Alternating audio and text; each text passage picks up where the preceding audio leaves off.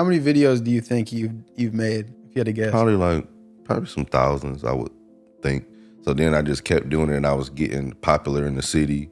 And then some celebrities posted me. Snoop Dogg probably was one of the first people who posted me back in the day a couple times. But I just kept making content. So I feel like you've not only always had vision, but you've had the intentional choices and discipline, and you've had steps. Like, a lot of people don't want people to see them at the starting point. They want to be seen up here already without going through the same steps. But it's like, to get there, you have to go through these steps. What if it don't happen? Or what if it do? That's always people's first thing. What if this? They always thinking about everything that's wrong, but it's like, what if it do? All of the journey holds like little glimpses of who we are. And it's like we take that along the journey and it just adds to us. And then we keep walking and it's like now we have this picture of who we are. I just want to know, like, when did you find out or think like, okay, I think I'm a leader and I think people are looking up to me, and how did you navigate that?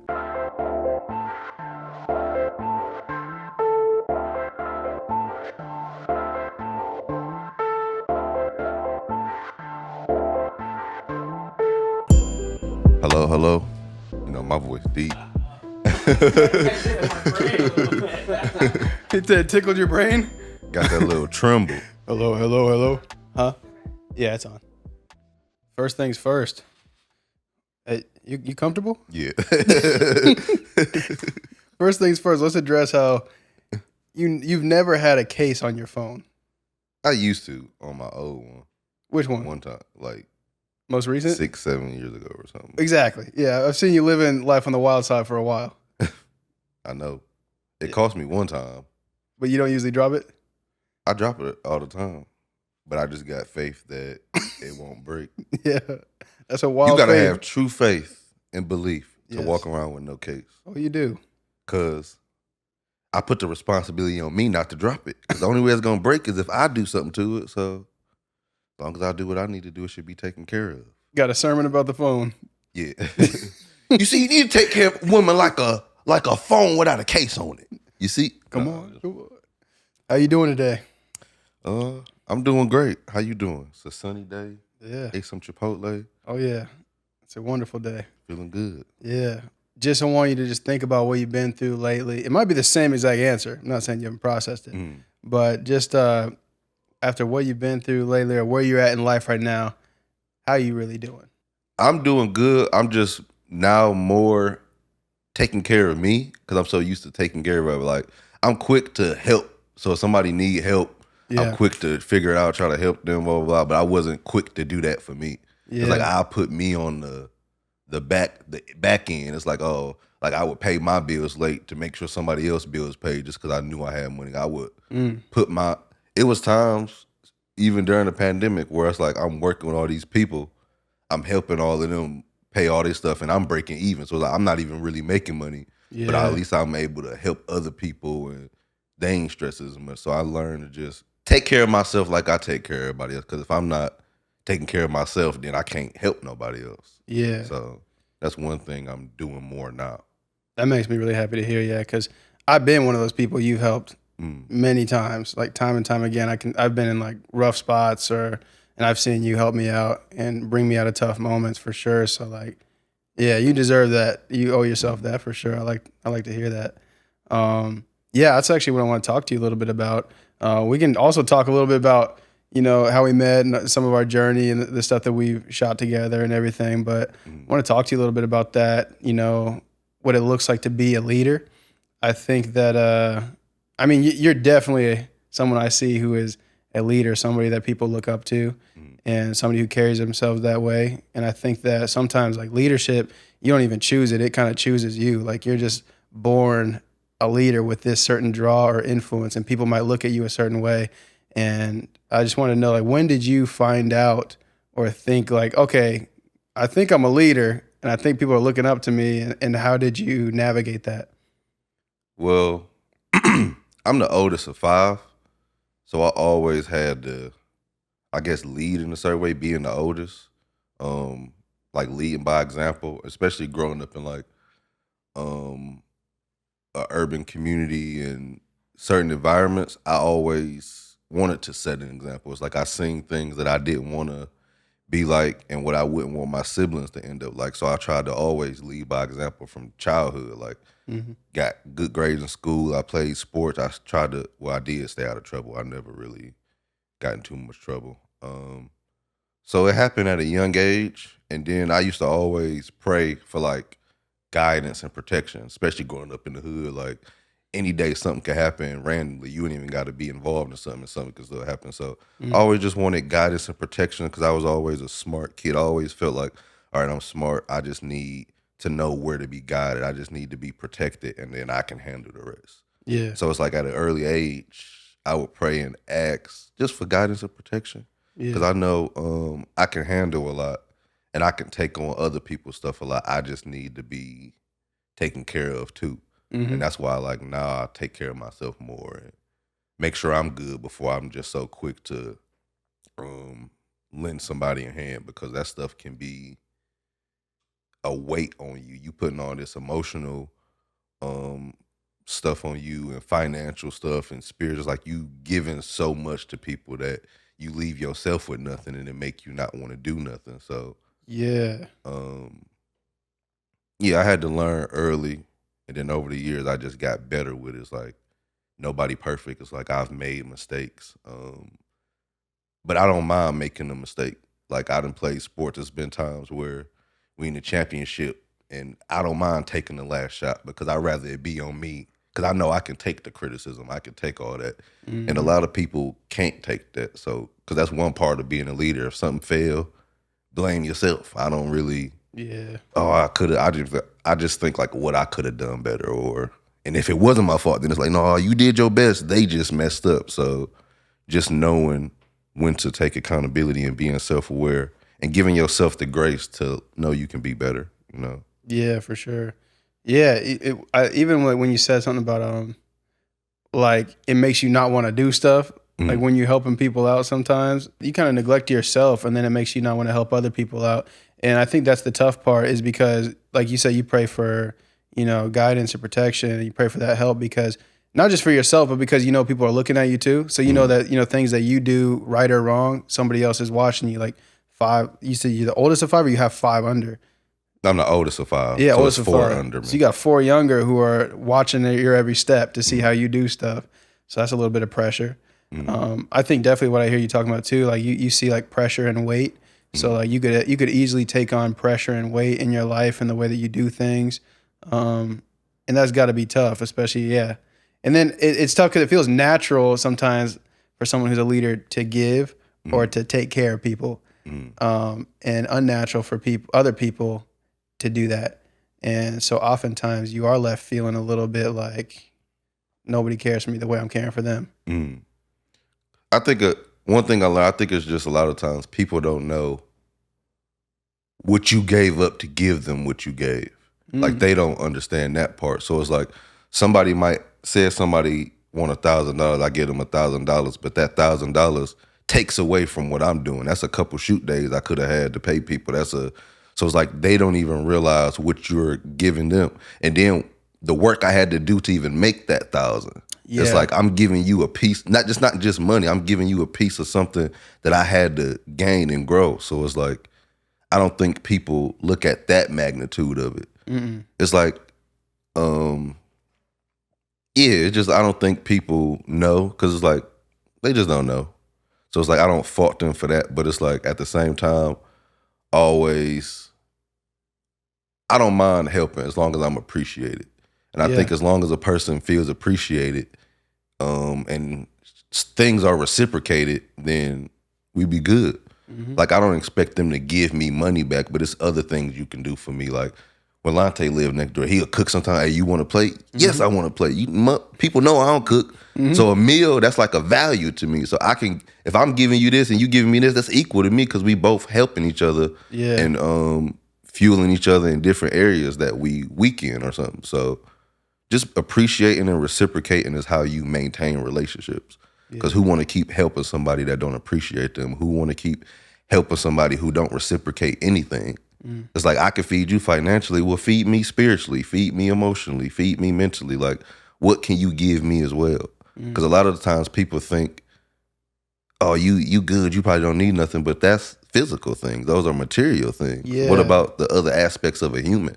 Mm-hmm. And I think when you a person, when people look at you like you got your stuff together or you stable, they don't think of you as a regular person. They think, oh, they'll figure it out. So they don't even check in or try to help you in those other areas. Mm.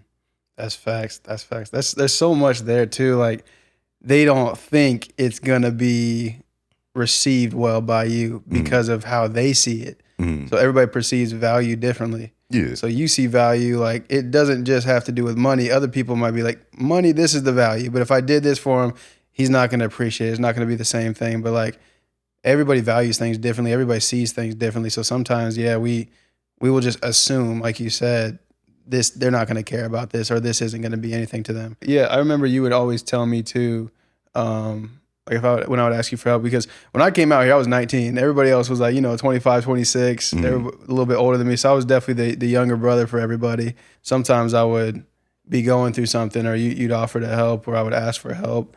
And the only thing you would say you really wanted back was like just being appreciated is enough, or being thanked is enough. I always thought that was dope. Yeah, because it's just gratitude. Because it shows like they actually appreciate what you're doing. Because some people, that's why I don't even say thank you as much. I say I appreciate it, because when people do for me, I really do appreciate it. Because we don't have to do anything. People have choices. So when people choose to do things for you, or even giving somebody your time, like that's a valuable thing to me, because time is priceless. It's a part of your life. Us sitting here is us giving each other a part of each other's life, and that's priceless. Yeah. So even if somebody just show up for you, it's like, oh, this is a priceless thing. Absolutely. Like that's why I value. It's like how we was talking about. People just value things differently, and I value things on a deeper level than probably most people do. Even a meal, like make me a plate. If you look back through, look back through almost any skit you've ever done, that is in it somehow. What? Eating. Someone cooking for you. Yeah, because I like that. It's like especially if they cook for. It's a difference if they just make it a meal and then offer you a plate. I still appreciate it, but like a person who will just cook for you is a selfless thing. It's like, oh, you hungry? You want something to eat? Yeah. Oh, I got you. And that's selfless, because I'm a selfless person. I'll do for people just to do because I want to. I don't expect nothing back but gratitude. Well, if you expect gratitude, is that selfless? I feel like that's kind of like the bare minimum. Like, if I give you something, you think that your mind would be like, he didn't have to give me something, and he still thought of me to give me something, so thank you. And it's like, that seems pretty selfless. If anything, you're not giving me like, I want you to give me that thing back just how I gave it. It's like, no, it's just like, appreciate you, thank you. It's like, yeah, absolutely. Because you don't give selfishly. Yeah. You don't give selfishly, so I don't think it's selfish to expect gratitude. I think it's also like, I think it's normal. Like, how can you even give selfishly? You could to make yourself look good or something. Like if you're recording it. If you're recording. Get somebody a cry homeless person. Like, no, bruh. Bruh, thanks for this 5, but you gonna make hundreds off of this or something. Like, exactly. No, but I like selfless people. It's like they'll just do out the kindness of their heart. Yeah. You know? We'll talk a little bit about your journey to where you're at right now. I think it's kind of interesting because we like if you just like look where you're at right now, what you're doing, how you're thinking, and then you like rewind, let's just say 5 to 10 years. Like, was all of this like something 5 or 10? Let's go 10. Okay. Let's go, yeah, I know. 5, that's a big gap. Yeah. I've known you from 5. I haven't known you for 10. Almost no, you know me for like 6, because I've been out here like 7.5 years. Yeah. I came out 2016. No, honestly, we've known each other at 7 then. Because I met you that summer. You got here in April, I got here June 2016. Yeah. We were shooting by September. Oh yeah, so it's been 7. Yeah. We had a strong 7. Damn. Which is crazy. Yeah, we're going on 10 years of friendship. That's a decade. Yeah, for real. Your beard bigger than mine. I'm older. Yeah, no, my beard's evolved a lot too. Mine hasn't. Mine still look the same. You still trying to grow it?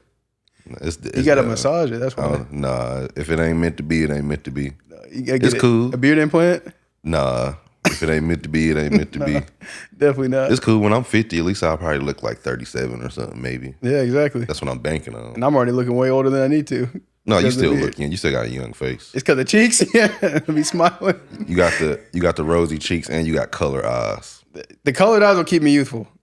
That's what helps. Yeah, All yeah. right, bet. I'm cool with it then. Just don't stress. No. Well, honestly, Stress ages people. I Well, gotta it's be always careful. gonna be something. Yeah, you got to be careful. I gotta be careful. This LA life will stress you out. Life is stress. It don't matter where you at. It don't matter where. That's why you see like older people have this I don't care attitude because they done been through too much. They like, look, I'm here for like 20, 30 more years. But now I'm already at that wild stage. thought. It's like, if I can't control it, I can't let it stress me. I just let it go and let God handle it. I learned to just surrender in those moments. When you, it's like, if I can't do nothing about it, I can't. As long as I know I did everything, ain't no point of stressing about it. It's like, because I can't control nobody else. We always talk about this, like, all you can do is control your response to things. And as you get older, you learn how to respond to those things differently. And that's all you can do as you progress in life. And experience this thing. That's good. I've been in a couple moments lately where the stress has been so high because of that. You know, it's like I'm trying to surrender it to God and you know, God, have your way, do this, do that. And it feels like he's not coming through or he's not stepping up to the plate almost. So it tests your faith a lot. And then it's like, well, if I can't control it, if I can't control it, then I'm messed up because I'm trying to have faith that he's going to do it.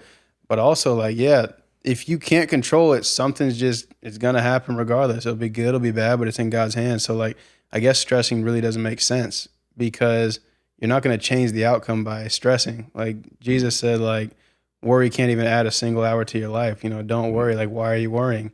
It can't do anything for you. And I'm a victim of that. I've been worrying a lot, you know, like worrying a lot about little stuff on and off. And I'm getting better about that because, again, even facing one of my hardest trials recently, God came through like he always does. But it got so tough and so out of my hands that I almost thought he wasn't going to. And I was prepared for him not to come through for me, thinking he wasn't going to. But he did. But also it's like, even if he didn't, you still got to have enough like trust or faith in yourself and your process and your journey to just ride it out and see what you're supposed to be taught in that. Because you have to like go through stuff that's difficult to learn and to grow. Like there's no way you can grow to different levels unless you go through difficult stuff. Yeah. That's how you see who you are as a person. In those moments, that's when we all are tested. Like, how you gonna respond to this?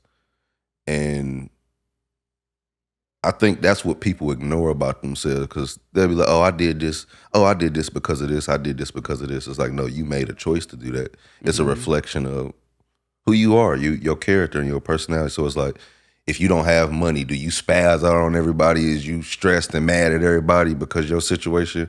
Or do you be like, oh, I'm going to figure it out, I'm going to handle it, and you treat people the same? So it's like, in those moments, that's when you see, that's when you really, not even you see, that's when you really test it to see who you actually are. Yeah. Even with, it's like being broke and having money. Like both of those gonna show you a little bit about you. If you nice when you broke, hopefully you nice when you have money. Some people change, but usually people just amplify who they are with certain things. Yeah, for sure. So, No, that's facts. Yeah, I think when you mentioned choices, that's good because I feel like a lot of our conversations, you'll always talk about choices or just like, I feel like a lot of things we talk about, you'll bring up choices, and you know, like that's everything. The steps you take, the choices you make, that's the results you're gonna get. God gave us free will. We got free will. We got choices. Yeah, and those choices either have good or bad repercussions, whatever you choose to do. So exactly. Instead of stressing, I always look.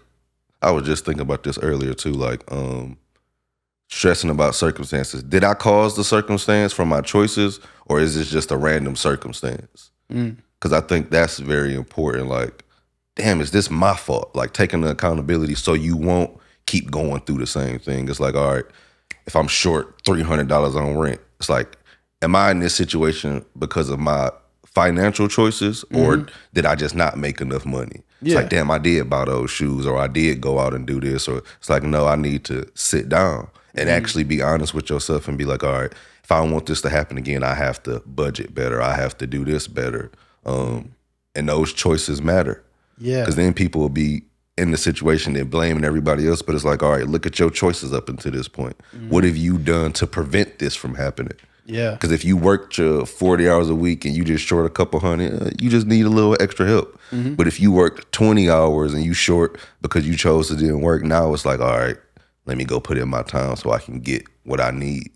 So choices definitely make a difference as you get older, and being self-aware and accountable for what you choose to do. That's good, being self-aware and accountable for sure. Yeah. Because I've gotten way more serious about the choices I make lately because I've seen myself having the same vision, same talent, same gifts as I did years ago, and blaming God or blaming timing on why certain things haven't happened. And it's like, no, it's your choices. If you would just choose to do this, then it would happen. You know, and that's why I was saying, if we rewind, 10 years for you, like, and then you're sitting in your current life now, how much of it did you see before you walked it out, before these 10 years? Because a lot of people get famous or they go viral off of luck, or the algorithm just hits, or, there's obviously there's some intentionality behind the video. Usually, sometimes, they can make something go, but I've seen you make intentional choices before me the whole entire way and have like a disciplined work ethic. And the thing that would always like surprise me would be, we'd just be talking and then you would just mention something that you're trying to do. It's like, I'm gonna get this red camera, or I'm gonna do this thing. But then we would talk later and I would see what you were doing in that current time. And then you would like let me in, like you let me like, this is why I'm doing all this. I'm filming this type of stuff this many times, posting this many times so that I can get to this. So I feel like you've not only always had vision, but you've had the intentional choices and discipline, and you've had steps. And you've always told me about like not skipping steps. Like you can't skip steps. I think that's powerful. So I want to talk a little bit about your journey to progressing in that. Well, one is believing in yourself. And two is not caring how you look right now because you know where you're going to end up.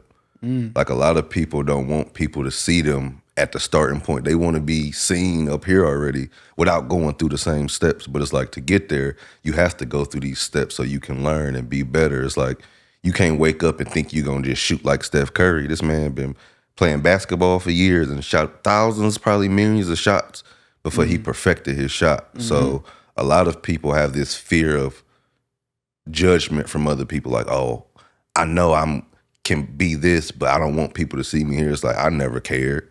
I started recording on my phone.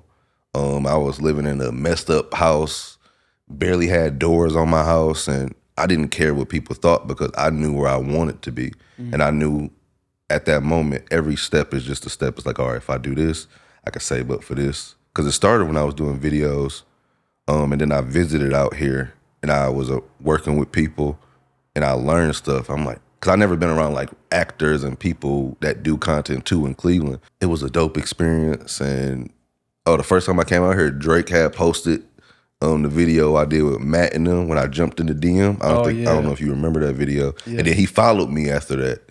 And I was like, oh yeah, I need to move out here because I'm able to work with people, and not only work with people, learn from people. I like people who better at me in certain areas because I learn from them. So I kept doing the videos. I was saving up a little money. I was posting like 5 videos a day and doing promos. That's crazy. I'm doing like, and this at a time when it was like 15 seconds. Yeah. So I'm doing like 2-3 promos a day or 4, and I'm doing skits on top of that because I'm working all day to save up so I can move out here and visit again. And I ended up visiting 2 more times, and then that's when me and Pat decided to get a place, and we moved in like Tonio building. And then I started learning more. I'm like, oh, I got to get a camera, and then I got a laptop, and little by little I just kept learning and building because I knew what I wanted later and where I could be later if I put in the time now. Yeah. It's like, I'm not stressing over what I don't have. I'm not stressing over what I lack. I'm looking at who's around me, what I have access to, and knowing that I just have to sharpen my skills to get better, just take those steps. And then it just kept growing. Even the year when you was just talking about my red camera, that year, I wanted to get that camera before the end of the year. I'm like, all right, I want this. I looked at that camera every day, had a picture I printed out, looked at that camera every day. And I end up getting it within a month or two of me wanting it. And then before the end of the year, I ended up getting the second one. So because I had the intention of getting it before the end of the year, I ended up getting two.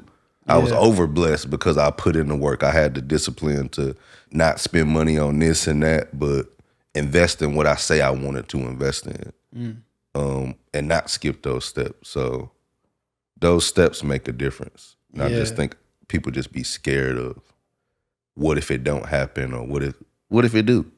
That's always people's first thing. What if they always thinking about everything that's wrong, but it's like, what if it do?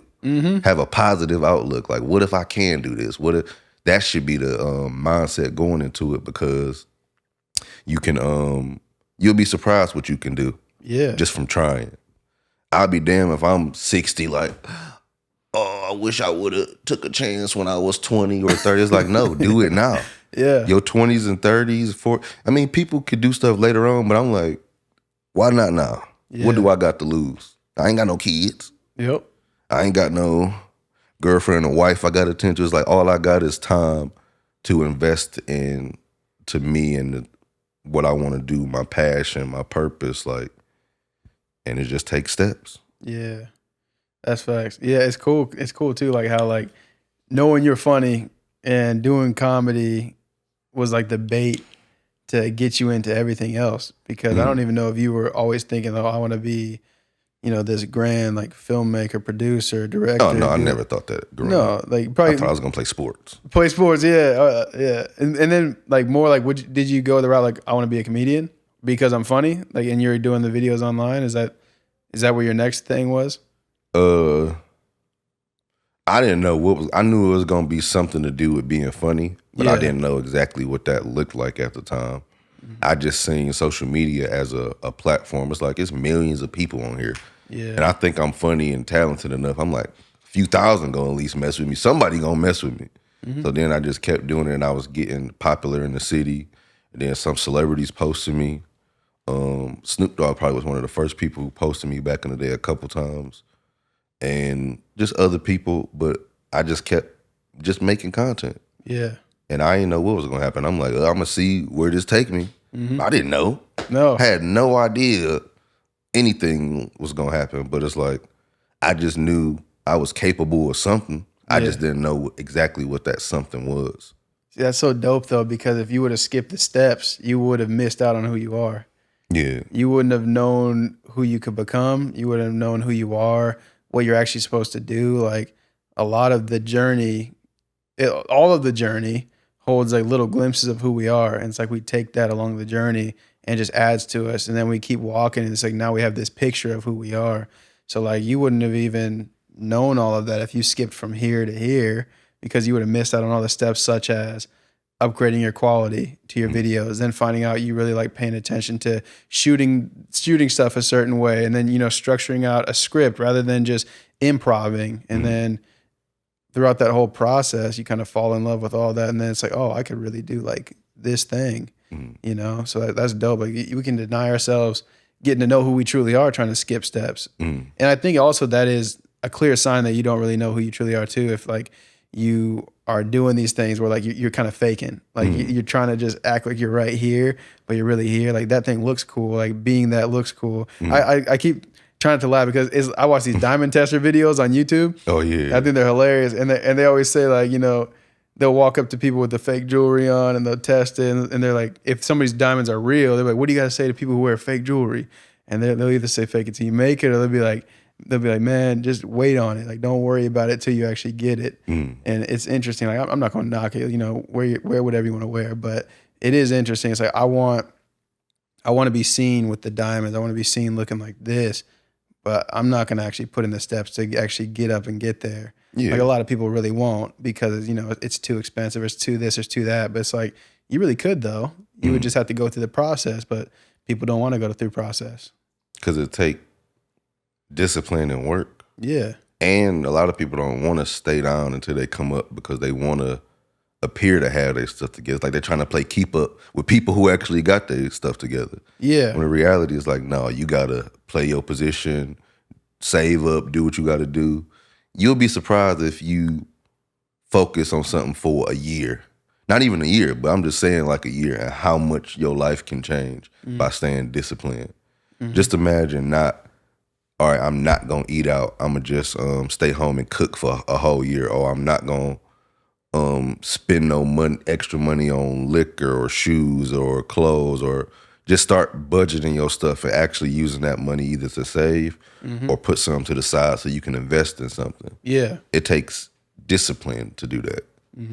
Because if you save $20 a week for a whole year, by the end of the year, you'll probably have a few hundred or 1,000 something, or 100 a month, whatever the case may be. But at the end of the year is the goal. Like, people are impatient for the process of getting somewhere. It's like you gotta stay down until you come up. That's one thing I did. I knew I wasn't rich. Why would I act rich or act like I got something when I don't? Because I'm gonna feel uncomfortable. Yeah. I'm be like, damn, I'm broke. I remember when I first got out here and I'm like going to parties, I'm around celebrities and athletes, and I'm broke. I'm like, man, I gotta pay rent. I couldn't even feel comfortable in the party. Yeah. Because it's like I shouldn't be here right now. Not that I didn't belong, but it's like I got stuff I need to handle, and I'm partying. So it's like, no, I started locking in, and just I seen the abundance of actually. It's like, oh, just do it. So I just encourage people to just do it. Don't think, just what you got to lose. Exactly. Because anything you do, you're gonna learn from it. Take something from it. Like, people would be like, oh, you lucky you could do videos and make money. I didn't always make money from doing videos. It's not lucky. It took years to build. What luck? Yeah. That was years of discipline, years of ideas. Like, I remember what somebody said, you need to start recording in your living room. Why? I made thousands from my living room. Yeah. You got a living room. What do you do with your living room? It's like, people will critique you. People always going to say stuff, but it's like, you can't let none of that phase or bother you. You just got to know where you're going to end up. Plus, it's using what you have. What if I have my house to shoot in right now? It's free. I pay rent here. Yeah, you paying for your film set. It's like, people crazy. And I want to see you come up with 1,000 ideas in the same place. Literally. That's not easy to do. No. It's easy if you got a lot of different sets. I can come up with 1,000 more in each set, but it's like, people don't even give you the credit because they looking at what you don't do instead of what you doing. Yeah. And that was always frustrating, but that just come with it. Like, people always gonna talk about what they would have did, or it's like, no, you wouldn't have, because if you would have did those things, you'll be doing what I'm doing now. Exactly. How many videos do you think you've made over the years? Yeah, if you had to guess. Probably some thousands, I would think. For sure. From the start. Yeah, probably like a few thousand. Literally thousands. I used to post every day, multiple videos. Yeah. And then as YouTube and stuff came, it was still like, maybe like, when I first started, we was posting like 4 or 5 a week. For sure. Something like that. So it was always that clip and constant grind to just get the stuff out the way. Yeah. We'd shoot like one shots. Like, just get the each scene to just be just one thing, because it was like convenient at the time. It was like efficient. So I'm like, I'm trying to be efficient. I don't even care about certain stuff. It's like, and we just did it. Yeah. Absolutely. Yeah. So even like, it's cool to talk about, like, you locked in, you focused, you visualize having the red camera, and you got 2 in a year just from that focus. I think that's incredible, first off, especially for people who don't know a red camera. And like, we didn't even use it before. Remember when we first got it, we didn't even know how to use it. Yeah. I remember the first video we recorded with it. It's still on YouTube. It was like a Lil Nelly one with Efrain. Colored horrible? I did terrible. I look back at that. I'm like, why I look like this? But it's like, I didn't care in that moment because I knew I had to go through the process of learning it. Yeah. Because I can look back now, I'm like, man, this was, at the time I even knew, I'm like, something ain't right. Yeah, something looks off. What is it? But it's like the saturation and the curve. So it's like, that was stuff I had to learn. Yeah. Because at first I was just, I don't know if you remember, I said I was just going to use it for like films and series. But I'm like, I don't even know nothing about the camera. So no, practice. I just start using it for skits and stuff just so I can learn. And then you can learn too, how to use it and stuff. Because used to didn't barely want to touch it. But then now you used to it. It's like you throwing the camera. I was terrified to touch that camera. I remember. Yeah, and it was heavy too. I was like, and that was before I had the easy rig. Oh yeah, all the tools to go with it. See, it's a whole nother realm. It was like, you bought the camera, but now you got to know how to light for this camera, how to color for this camera, all the tools to shoot with it, because it's just heavy. It's not as maneuverable as like something like DSLR or something else. Yeah, that was interesting. There was something I was going to talk about. Oh yeah, so So also with that, so we talk about the red camera. What's another moment you've had out here where you felt like your hard work, like your discipline and locking in really paid off? Like a moment that you could remember. Just when I was able to, like, when I first started making some money where I could send money back to help my mom and them, because I was just giving her money every month to pay the rent and the bills, and then just to cover that. So it's like, all right, if I'm paying the bills, y'all can be using y'all time or something to get y'all stuff together because I'm paying the rent. I'm sending her a little extra, either to pay like the lights and stuff like. You can handle all the bills or you use that extra to do whatever. So probably that, when I was able to do all of that, to contribute to them Yeah, in those moments. that's dope. And friends, like I done help some of my friends get like places, or they needed extra money for a car. And I wouldn't even ask for the money back. It's like, no, you need this to go to work. All right, cool. You doing it for a positive reason, or somebody need help with their kids or something. It's like I was able to help in those moments. So Yeah, those was like the beginning moments when I was like, damn, I'm actually able to do what I set out to do. Be the provider and help and just stuff like that. yeah. And on the flip side, what's a moment where you still know like this is where I want to go with it, this is what I'm trying to do with it, but I don't know if it's gonna work out, or maybe a moment of discouragement where you're like, I don't know if I want to push through anymore. And how did you get through that? Well, it never was, honestly, it never was like a moment where I was like, oh, I can't do this, or it was mostly the pressure I had from helping everybody, like stretching myself. Okay. Because I never stopped. I was thinking like, damn it, the bigger I get, the more I make, like people gonna look at me more for things. So I was looking at that like, damn, am I gonna be able to handle that? Because it's already stressful now when you are helping so many people and they don't know who are you helping. They just take their help, but it's like you helping multiple people doing all these things, and I was stretching myself, and it made me not want anything. Yeah. It's like I don't even want none of this no more because I'm not even able to enjoy it. Yeah. All I gave, the time, the money, and all of that, is like I wasn't able to enjoy myself. I could have been taking trips. I could have had a studio space. I could have been investing in certain things, but I was stretching myself so far that I wasn't able to. I slowed down what I was doing when I should have been building a foundation and then later on helping those people. Yeah. It's like my cup wasn't even overflowing. They should have been getting the extra, but I was draining myself and stretching so much that I didn't want to do it. Yeah. It made me not want to do it. It's like this, I'm not even enjoying it for real.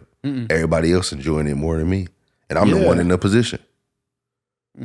And it makes you it can make you start to resent the people, even though you weren't even mad at the people. Like you're resenting. Yeah, you like, definitely will. Yeah. You mad at the position you're in, and you start resenting that because everybody's looking at you, but then you start resenting the people, even if, because some of them will probably ask because they're getting used to you helping. So like, oh, he's just going to help again. It start enabling them to make bad decisions. Yeah. It's like, He'll oh clean it yeah, up. yeah, I know I can buy these Jordans because he got me with this. When it's like, no, don't buy the Jordans. Don't put yourself in the position to need me. Yes. Like, that's what I start paying attention to as time. It's like, oh, you getting used to this.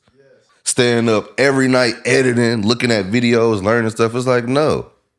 I ain't got no kids. So everything I do is because I want to. And it's like, no, I don't like getting taken advantage of. It's not a good feeling. No. And I even told people I done sent paragraphs like, look, you ain't about to keep blah, blah, blah. Because it's ridiculous. It is ridiculous. And I think people get used to it. And you would think like knowing a person like that, you would think people would be like, all right, how can I be an asset to this person to help me? It's like I've been doing videos for years. A lot of people ain't come to me trying to edit, write, do stuff to be an asset so they can be taken care of as well. It's always, oh, can I get this? It's never, oh, I taught myself how to edit. You think I can edit for you? Yeah. Oh, I taught myself how to write the script or do this. You think I can help you do this and you can help me? Of course. So not even let me work with you, but like I see that you got a good thing going, and let me be of service to you as well, because me helping you gonna help me. Yeah. Yeah. So let's talk about that. Like as we'll talk about being a leader again. as a leader, as somebody who is achieving success in a certain area, that's lonely. Not everybody's going to make that same type of money. Not everybody's going to work that hard. Not everybody's going to work with you or want to work with you. But instead, a lot of people don't even believe that they can even be in those positions, or they don't even believe that they could be around those types of people and be of worth. You know, like, oh, like I don't know how to edit or do any of that stuff, so I couldn't even do anything with him. Rather So than it's like learning, what can you do? What you good at? yeah, It's like, but that comes with people actually getting to know themselves. It's like, all right, and you got to value yourself. mm-hmm. Like me, at the mindset I'm in now, I know I'm bring value wherever I go, no matter what it is, and I know how to play my role in different positions. That's good. So it's like, if I'm on my set, of course I'm directing, I'm in charge, but when I'm on somebody else's set, I'm there to listen. I'm taking in information. They telling me what to do. So it's like my roles switch, and I'm fine with my roles switching. I think people don't know how to play different roles, and just valuing yourself. It's like, all right, what am I good at? What am I naturally good at? Yeah, You might be naturally good with people or something. It's like, all right, how can you use that to your advantage to get into a room? What can you do? You might have a way with words. yeah, It's people who probably know a lot of people. It's like, you might can be a good producer. You might can bring this music person over here, this actor, this person. It's like, because of your relationship. So it's like, you got to find your value in yourself and then try to figure out how you can be of value and service to somebody else. Because everything ain't always got to be money related. It can be we exchanging services. yeah. Like I tell you all the time, it's like, you can rent my equipment, like just work for me a day or something. It's like we exchange. It's like bartering. Before money was invented, what you think they was doing? Oh, I got this corn. Give me that pig and I can give you these corns and seeds so you can grow your own garden. It's like exchanging and bartering. If you don't have the money, what else do you got? Oh, I have services. I'm good at this. Or just think of different ways to be of value to somebody. That's really good. Think of different ways to be of value to somebody. Yeah, and also we have more resources than we think, and we probably have more gifts or capabilities than we think, but we don't take time to really see it.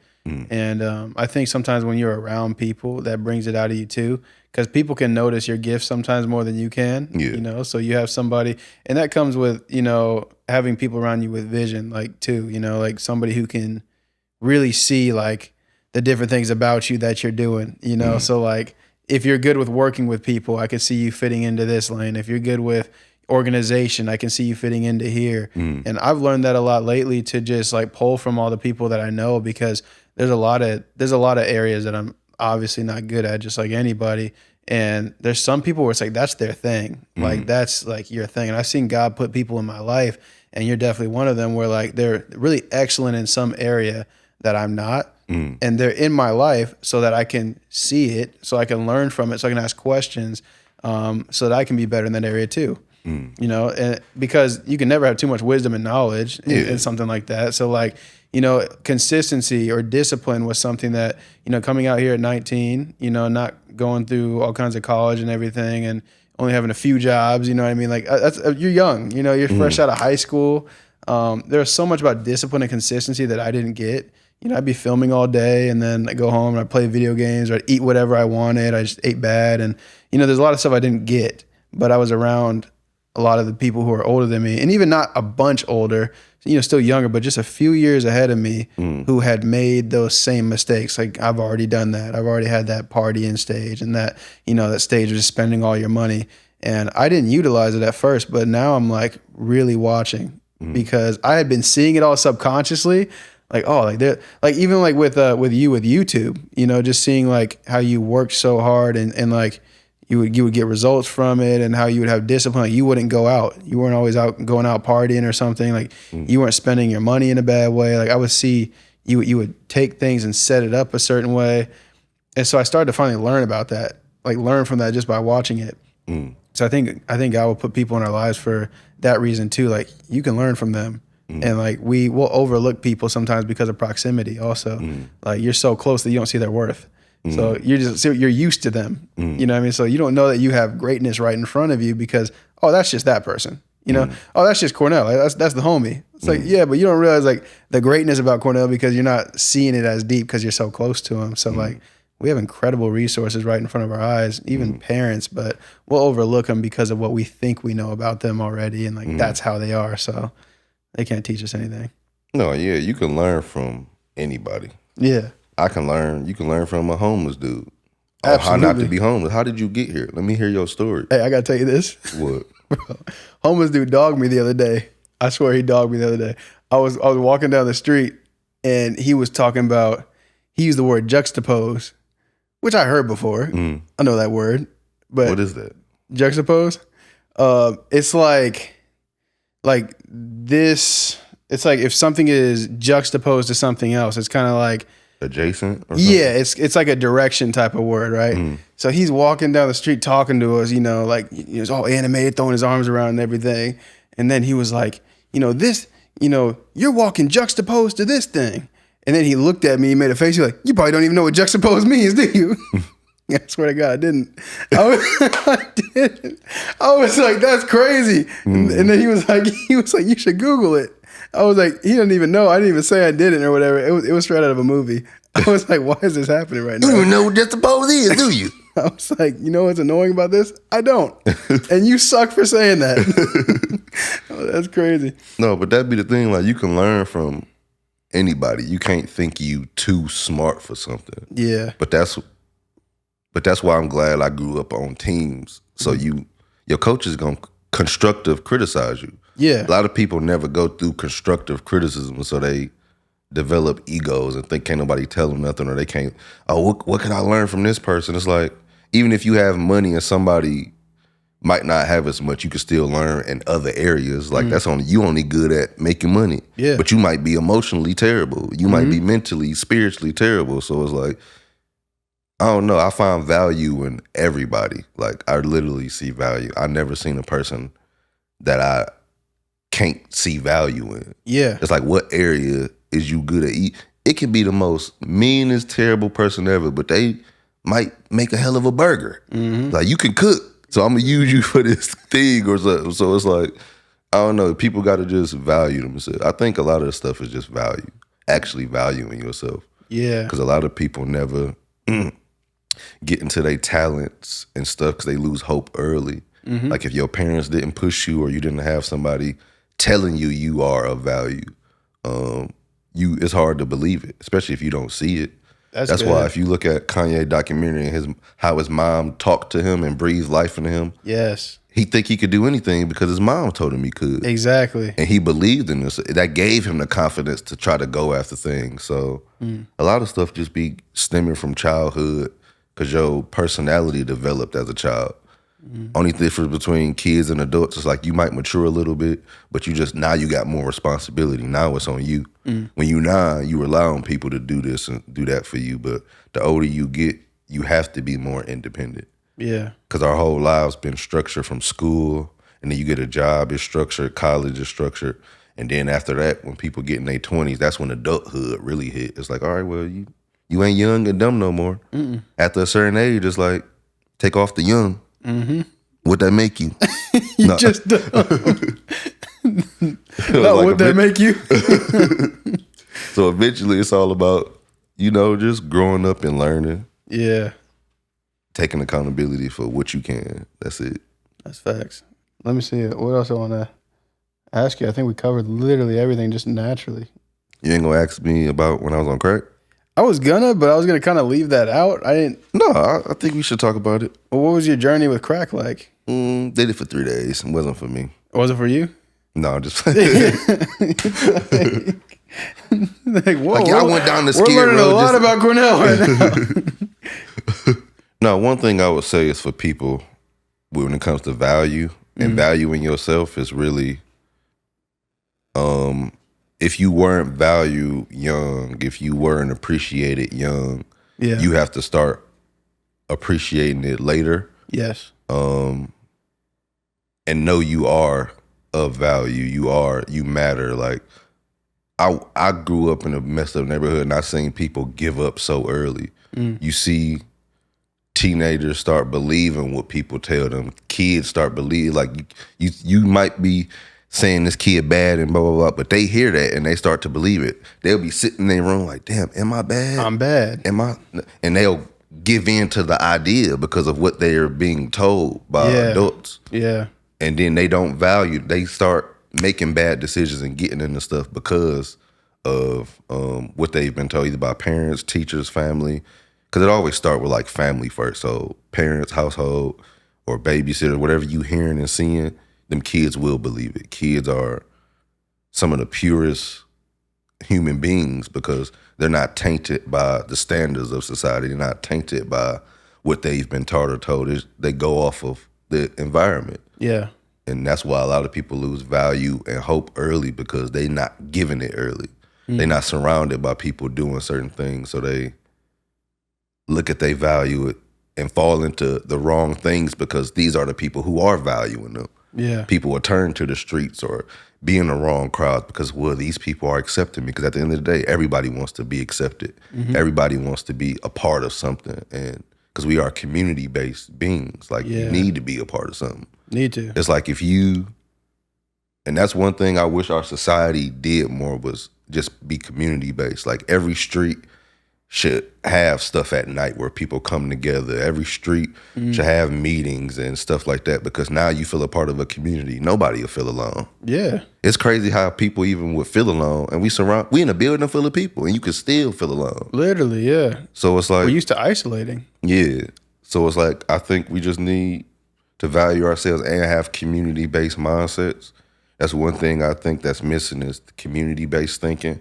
Because a person could be down to their last $15, $20. Yeah. They be like, damn, what I'm going to eat, I don't know what I'm going to do. Especially if they got a kid or two. They be like, damn, what am I going to do? But if they thought community, it's like it might be 15 other people on the street down to their last $20, $15. Y'all put that together, now you got $300, $400. Y'all go to the store, can buy a lot of stuff. You buy bread, buy some spaghetti, and now everybody on the street can eat. You buy some drinks for the kids. Now you got all these pots of spaghetti. Y'all gonna be eating for days. Literally. Because you thought, oh, we can come together and do this. Better together. Yeah, everybody. We need more community-based thinking, and we need to value ourselves and not think, well, we have to do everything ourselves. Everybody pushing this independent agenda. Oh, I can do it on my own. Why? I hate to see people brag about that. I did it on my own. That's your choice. You chose to do it on your own. That's not fun. Oh, people don't know what I've been through by myself. I got through it. You chose to get through that. Because I used to be one of those people. It's like, but then I had to think like, damn, I'm choosing to do this. Yes. Because I have people I could go to. I choose not to. So taking that accountability, like, oh no, I don't have to think like that. Why do we brag so much about going through stuff alone? That's not a flex. That's not a flex. A flex is, no, I was going through some shit and people lifted me up and I'm back on doing what I need to do. So value yourself, think community-based, and the world will be a better place. Absolutely. I mean, that's also the Church of Acts too. Like the first, when the Holy Spirit fell and Church of Acts is going on, what they were doing is they were all coming together and they would sell things and they would give to each other so that nobody was lacking. Like you weren't sitting around everywhere and this person's got millions, this person has $0. Like it was like, all right, are we all good? Like cool. Like that was like how it was. That's how it was going. So even what you said is like, that's biblical. Like that's what we should be doing. We should be. And so we deny ourselves so much when we deny ourselves community and people. And like you said, like that choice of doing it alone, I had that realization really this year, like 2 months ago. And like I've always known I don't have to do it alone, obviously, but especially feeling seen as a leader for me, I felt like if I didn't show up in a certain headspace, in a certain space spiritually, if I didn't show up in a certain place with the people who are used to seeing me a certain way, I wasn't going to be received the same way. I wasn't going to be received well. It's almost like I couldn't ever be shown down. I could never appear down because every time someone's coming to me, they're like looking up to me for some sort of advice or wisdom, or they're expecting that. That's really not the case. So I was just expecting, okay, if I show them that I'm down right now or I'm sad right now, then they're going to be more sad too because they're looking up to me like, Jalen always got it together. So like, if Jalen's sad, then what do I do? Because he's the one always helping me when I'm sad. So I've always thought like that way.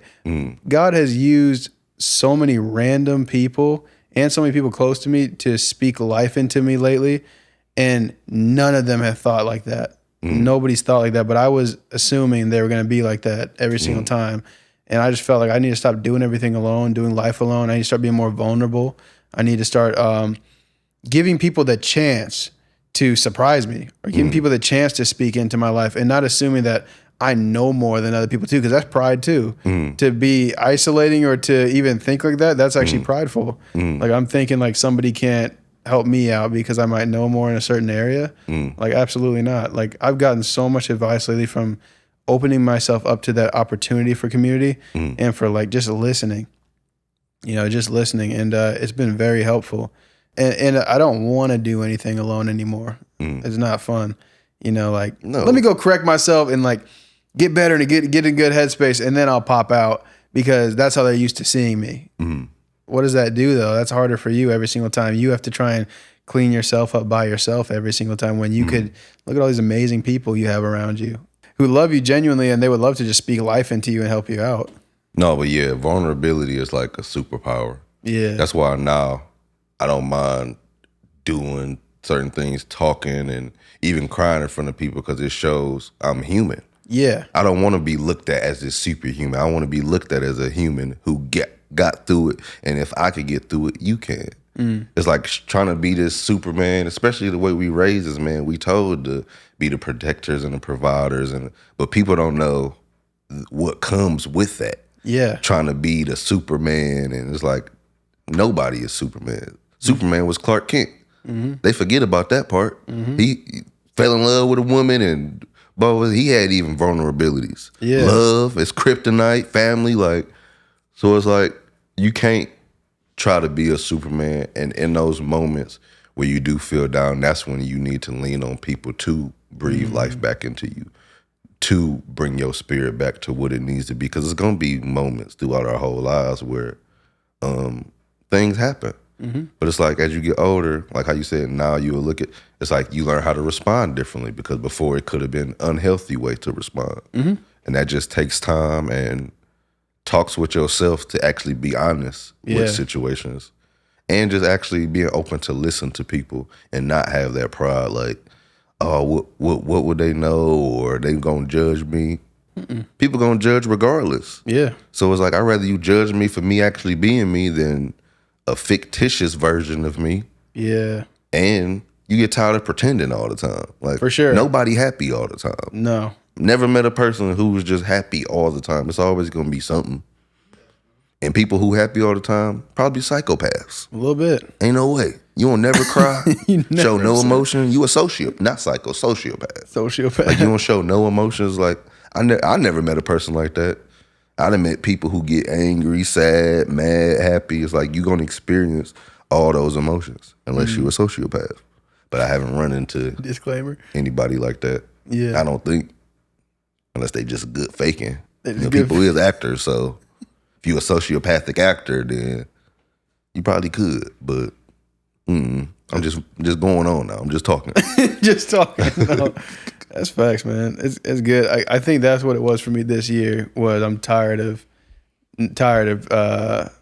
trying to be something when I should just be being. If I'm just being, then that doesn't mean I'm any less qualified for what I'm doing, any less healthy, wise, anything. Like, what are these titles anyways? Like, who cares? Like, I'm a human at the end of the day. Like, I don't need to be anything. It's people will see you and they'll put those titles and that weight on you, and then you're like, okay, that's how I'm seen, so I got to be this thing almost every time they see me. Otherwise, I'm gonna let them down because this is how they see me. This is how they're used to seeing me. No, you can see that come from me, but I don't have to always be that. I just need to be a human in process. Like even when you said like Superman was Clark Kent, well, Jesus was God, but Jesus was also human when he was walking here. And so he also, prayed and cried and sweated blood because he was anxious. And like, he also really went through it. Like he also took naps when he was tired. And I'm sure, he went through all kinds of stuff in front of the disciples that was crazy for them to see. But it's like, that's a real human experience. Yeah. Even if he is God and man, like, it's like, no, like, it's still a human experience. Yeah. You got to learn. You got to go through stuff. It's gonna be tired. It's gonna be tiring. It's gonna be tough. So we crush ourselves with like trying to uphold the perceptions and the weight that other people put on us. And And I think I did that for too long. And this season was too tough transitionally for me to fake anymore. And so even when it has mellowed out a little bit, and as it continues to mellow out, I'm not picking that back up. Like, you're going to get me being me everywhere, and I'm not going to be afraid to ask for help. I'm not going to be afraid to talk to people in any state that I'm in. You know what I mean? Because I was always kind of navigating a little bit more timid with that, or calculated in a bad way. And you have to give people the opportunity to be who God put them in your life to be. That's really because good. you not opening up or talking about something with somebody is not giving them the opportunity to be that. It's like if you have a girlfriend or a wife or a partner or even friends, it's like give them the opportunity to be who they need to be.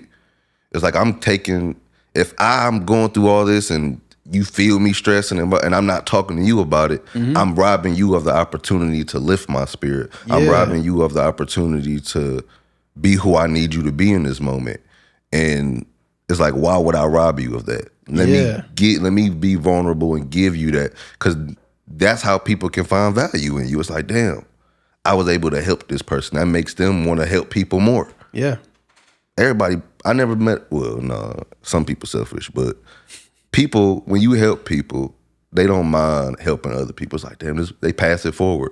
I think we talked about this, but this feel like deja vu. Yeah. I don't know. No, but yeah, I think it's important to give people that opportunity to actually be there. Yeah. That hits, because that goes back to what we're talking about, like assuming different things or how we see value in people. And like, so like, oh, this person can't do this, or they're probably not going to be like this, or, you know, like we didn't even give people a chance to shock us or show up a certain way. So yeah. So the cure to that is being vulnerable and thinking the highest thought rather than the lowest thought of how a situation can go. I think we're so afraid of no. We're so afraid of how we look, like you said, like going through process. We're so afraid of process in general that we don't give ourselves the opportunity to experience a lot of great growth, a lot of great experiences, and to do life with people who actually could love on us, challenge us, and help us grow. But man, yeah, this is a great conversation. What's one of your takeaways from this conversation? Something that you might have been reminded of or learned from this conversation? Reminded of? I guess both of our growth is just people. From like when I first met you to now. Watching, like, of course I know me growing because I experienced my life, but seeing you grow and being able to process things differently, being able to grow into a man. It's like now you transitioning into that man thing, and this where it's gonna be stressful, because now it's like this where you gonna be tested. You 25 now? 26. 26? Yeah, that's when I was like, that's when I first came out here, when I was like 25, 26. Yeah. So it's like you already, I used to tell you this all the time, even when you was 19, like you already ahead because you around people and you can be learning and stuff like that. You just gotta know life is a journey and you on your own path. Yeah, that's good. Don't worry about what nobody else doing. Focus on being the best version of you. The only competition is you. If you better than what you used to be, that means you better. Don't look at nobody else. Don't be on social media. Just look at the old you and be like, damn, I'm proud of me now. So. I appreciate it. Yeah, that's good. Not thank you, but I appreciate it. I appreciate it. Yeah. That's good, man. Yeah, absolutely. The growth is crazy. Yeah. Yeah.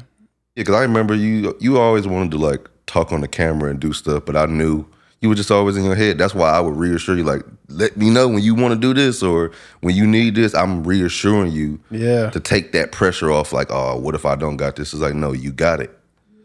So it's about time. It's about time. Exactly. Yeah. Finally have the confidence to just do it and own it and just to step out, because yeah, it is like what you talked about, you know, just not wanting to be seen in a certain space. Like, no, like just do it. Like, also shout out to Cornell, because the first mic I was ever recording on and all of that was Cornell's mic, Cornell's equipment for sure. Like for Talking with Jet podcast. Oh yeah. Yeah, for sure. When I had that idea, because I didn't have the equipment, or I definitely wasn't saving my money well enough to budget and get the equipment. I wasn't making the steps to get there. Also, that's a whole other story. But sometimes also I really couldn't. But it's just life. But anyways, that's neither here nor there. But yeah, just like for believing in me and supporting me along that journey, like I really appreciate that for sure, because it's helped me have the confidence and the resources to step into this, and I had this thought, I had this feeling, but I didn't have the confidence. I was definitely in my head, and now we're just doing it. It's just what happens. Yeah. Yeah. You'll be surprised what you're capable of when you do. Don't act off of assumptions like, oh, what if they think like this, or what? It's like, that'll stop you from doing it. Yeah. Whenever people be like, oh, I'm an overthinker, what do I need to do? Stop thinking. Just do it. Yeah. Because the more you do it, the better you'll get at it. So it's like, don't even think about nothing, just do it. Because why are you overthinking? Is it because you're afraid of how people are going to judge you? Is it afraid that you're going to mess up or not be perfect in some area? Because now you're paralyzed. You're not doing anything. And you can't get better by doing nothing. No. Sometimes you just got to take a few shots. You want to shoot 80% from the free throw, or you want to shoot 0? You got to miss a little bit then. Yeah. You have to have a healthy relationship with failure. And just being okay with like not being perfect all the time. Being okay with missing, because you learn. I think you can't go through failure and not learn. You can if you are completely blind the whole time, but there's learning packaged in every failure. Yeah. I think you just have to be able to sit in that moment and be like, what can I learn from this? Or even like something you didn't fail at, or like tough moments, like we talked about, let's say tough financial moments. Why am I here, and how do I not get here again? And if I do get here again, like you said earlier, is it something that I did, or is it just kind of life right now? And being able to analyze stuff a little deeper, because we have to take responsibility also of what we go through, and why we're going through it, and then we have to be able to see it with the best way possible. Have the best. Yeah. That's good. Anyway, that's it. Yeah. All right. Well, I don't do outros. All right. So I guess it's over. Yeah. Thanks for traveling here today. Yeah, I just had to walk up some stairs. Traveled a long way. Should have took the elevator. You should have took the elevator. Would have saved you. But exercise. Didn't want to risk it. No, actually, I literally didn't get in the elevator earlier because I was like, if I get stuck in the elevator when I'm trying to do all these podcasts today. No.